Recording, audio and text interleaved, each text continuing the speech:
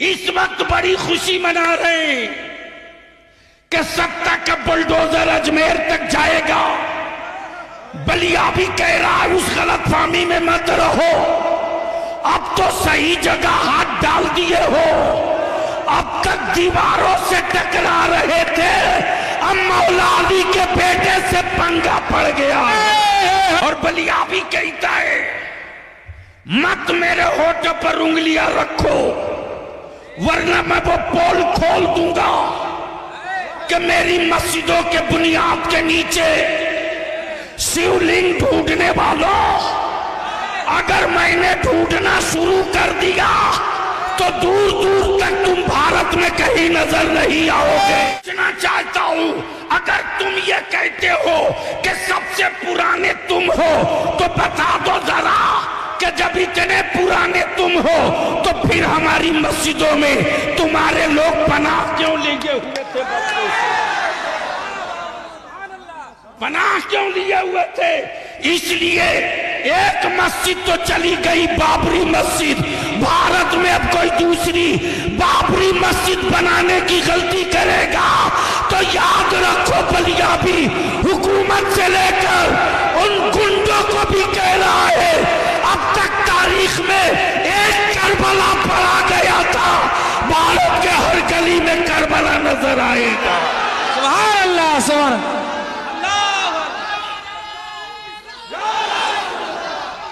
जिंदाबाद, लब्बाइक या रसूल अल्लाह। नारे तकबीर, नारे रिसालत। अरे मेरे ख्वाजा का हिंदुस्तान, मेरे ख्वाजा का हिंदुस्तान। अरे हिंदुस्तान का सुन्नी मुसलमान, अरे हिंदुस्तान का सुन्नी मुसलमान। हुजूर गाज़ी मिल्लत, हुजूर गाज़ी मिल्लत बलियावी साहब। नारे तकबीर, नारे रिसालत। बरसों बाद आज तेरी औलादों की औकात हुई जब तेरे बाप न ख्वाजा से हाथ मिला सके। याद दिला दूं, छठी का दूध याद आ जाएगा। लेकिन अगर चुप है तो बुज़दिल मत समझना, हम अमन पसंद हैं, अमन के झंडे को झुकने नहीं देंगे। हम फसादी नहीं है, हम अमन के अलमबरदार हैं। हमने औलादों को सब्र सिखाया है, हमने अपने बच्चों को शुक्र सिखाया है, हमने अपनी औलादों को मोहब्बत और मरुब्बत सिखाया है। और यही वजह है कि कुफ्र मुंह तकते रह गया, इस्लाम छप्परों में दाखिल हो गया। लेकिन याद रखना, मुट्ठी 12 लोग निकालो 1991 का वो कानून, निकालो 1947 का वो कानून जिसमें डिक्लेयर है कि 1947 में जो मस्जिद, जो मंदिर, जो गिरजा, जो गुरुद्वारा जिस पोजीशन में है उसी पोजीशन में रहेगा, उसको कोई चेंज नहीं कर सकता। लेकिन ये सत्ता और हुकूमत के पाले हुए विदेशी गुंडे, अमेरिका और इस्राइल के दल्लों भारत के लोगों को धर्म के नाम पे नहीं बांट सकते। 800 साल हुकूमत किया, कहां थे उस वक्त? कहां थे? अब निकल के आए हो। 800 साल माने रखता है, अभी तो 100 साल भी नहीं पूरा हुआ। अभी तो 100 साल भी पूरा नहीं हुआ, कितने टुकड़े कर दिए। 800 साल जब हमारे बाप दादा ने हुकूमत की तो पाकिस्तान को वजूद में नहीं आने दिया, बांग्लादेश को कहीं से निकलकर अलग नहीं होने दिया। पेशावर से आगे बढ़ तो तन्हा तन्हा भारत वो मुल्क था। अगर चाहता तो आलमगीर औरंगजेब नाम बदल सकता था, नाम बदल सकता था। लेकिन यार इस्लाम वाला नाम नहीं बदलता है, नेचर बदल देता है। इस्लाम वाला नाम नहीं बदलता है, नेचर बदल देता। जो खुद ही नंगा हो वो दूसरे को कपड़ा पहनाने की क्या बात करेगा। लेकिन अफसोस उन पर नहीं मुसलमान, अफसोस तुझ पर है। करोड़ों रुपया तुम खर्च करते हो, हमें इससे मतलब नहीं कि तुम वोट किसको देते हो किसको दोगे। लेकिन इतनी बात बलियाबी जरूर कहेगा, आखिरी सांस तक कहेगा। सबके लिए तुम सोचते हो, अपनी औलादों के लिए, तेरी औलादों के लिए कभी किसी ने सोचा? कोई सोचा हो तो बताओ। सबसे ज्यादा अगर भारत में स्टेट में किसी की हुकूमत रही तो सेकुलर कहलाने वालों की। अगर इन सेकुलर पार्टियों के नेताओं के दिलों में बेईमानी नहीं होती तो आज ये बिला वजह के जो कुकुरमुत्ते पैदा हुए हैं ये शायद नहीं होते। लेकिन इनको इत्मीनान से पाला गया ताकि मुसलमानों को डरा के रखा जाए।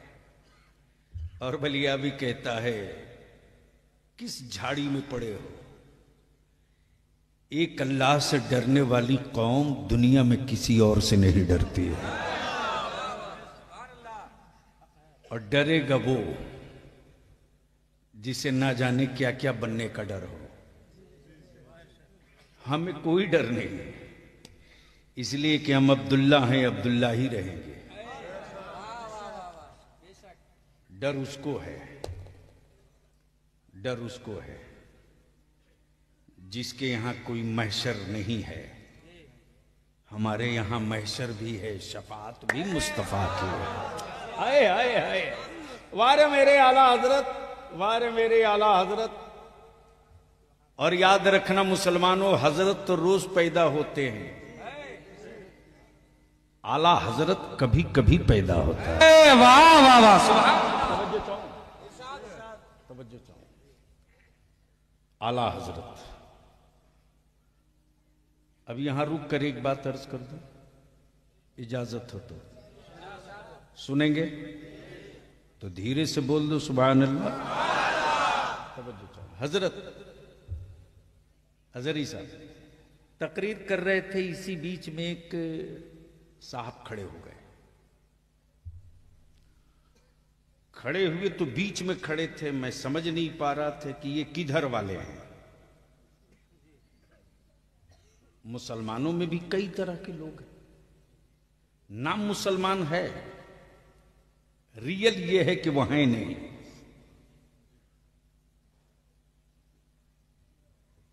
तो मैंने कहा बड़े साहब जरा बाहर निकल आइए।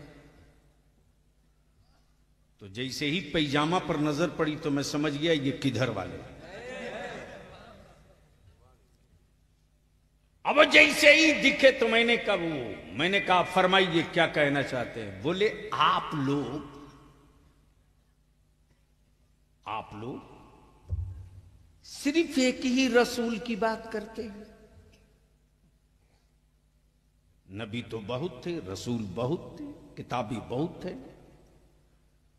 सहीफे बहुत थे, लेकिन महफिल कोई भी हो, बात एक ही नबी की। मैंने कहा बात तो बिल्कुल पते की है। मैंने कहा आप उम्मत किसकी है?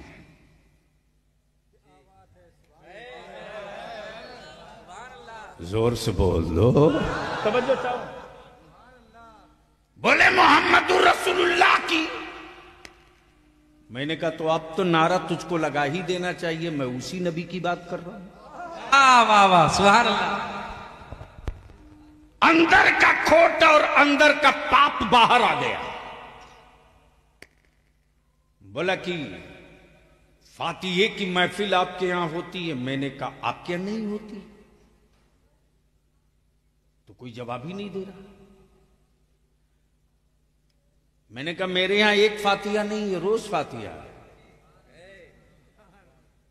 अमा नमाज बगैर फातिहे की नहीं है।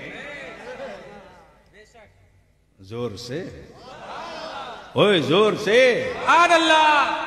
सूरे फातिहा पढ़ना ही पड़ेगा। जैसे ही मैंने कहा कि प्रॉब्लम बताइए बड़े साहब, दिक्कत क्या है एक ही नबी से। हमारा अकीदा और ईमान यही है कि वो अव्वल भी है आखिर भी है। तवज्जो चाहो, वो बकिया जितने हैं सब बीच के, वो अव्वल भी है आखिर भी है, वो इब्तिदा भी है, वो इंतहा भी है। तवज्जो चाहूंगा ले लिए। बोला नहीं बात तो ठीक है, लेकिन महीना मुहर्रम का हो तो उसी नबी की बात, जमादिल अव्वल हो तो उसी नबी की बात, हज हो तो उसी नबी की बात। मेरे कहने का मतलब यह है कि एक ही नबी की बात बार बार क्यों? आप लोगों का मन नहीं उकताता है? बंगला में क्या बोलते हो उसको?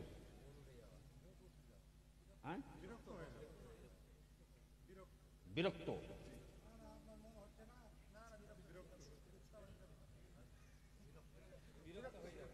यानी आज भी हमारा देश जब इटली के लिए हाई कोर्ट में केस लड़ सकता है, नहीं मालूम है तो सुन लीजिए आप लोग।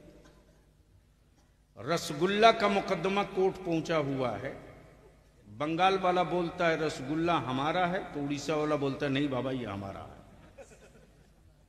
अब सोच सकते हैं तो बिहार वाला क्यों पीछे रहे? वो भी बोल दिया लिट्टी पर भी लड़ाई होगी।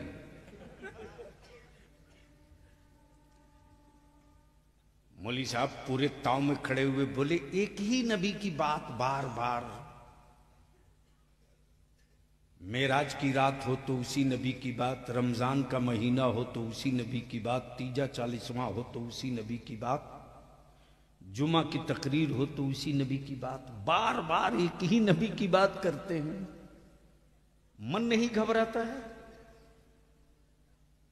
मैंने कहा बड़े साहब आपकी उम्र कितनी हो गई?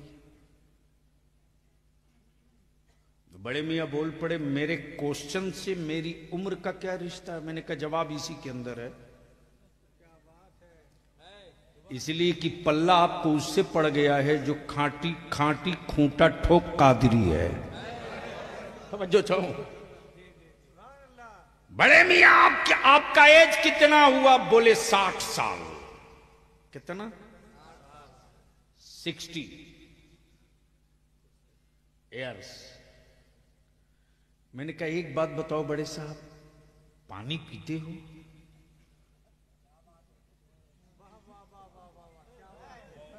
समझ में आया हो तो बोलिए। जल खाता है?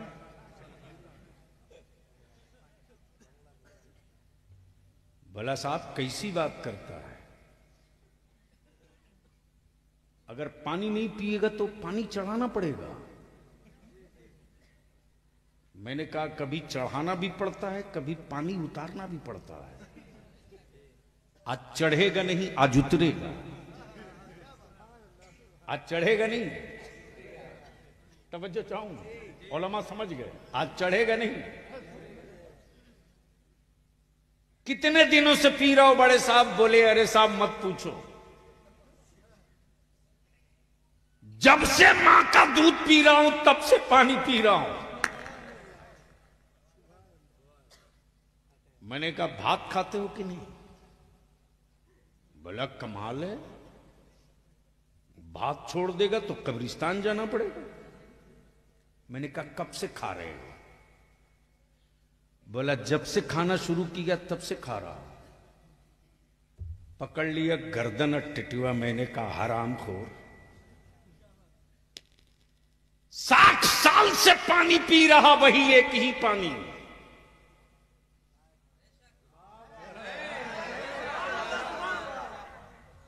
एक दिन के लिए बदल के दिखा, एक ही चावल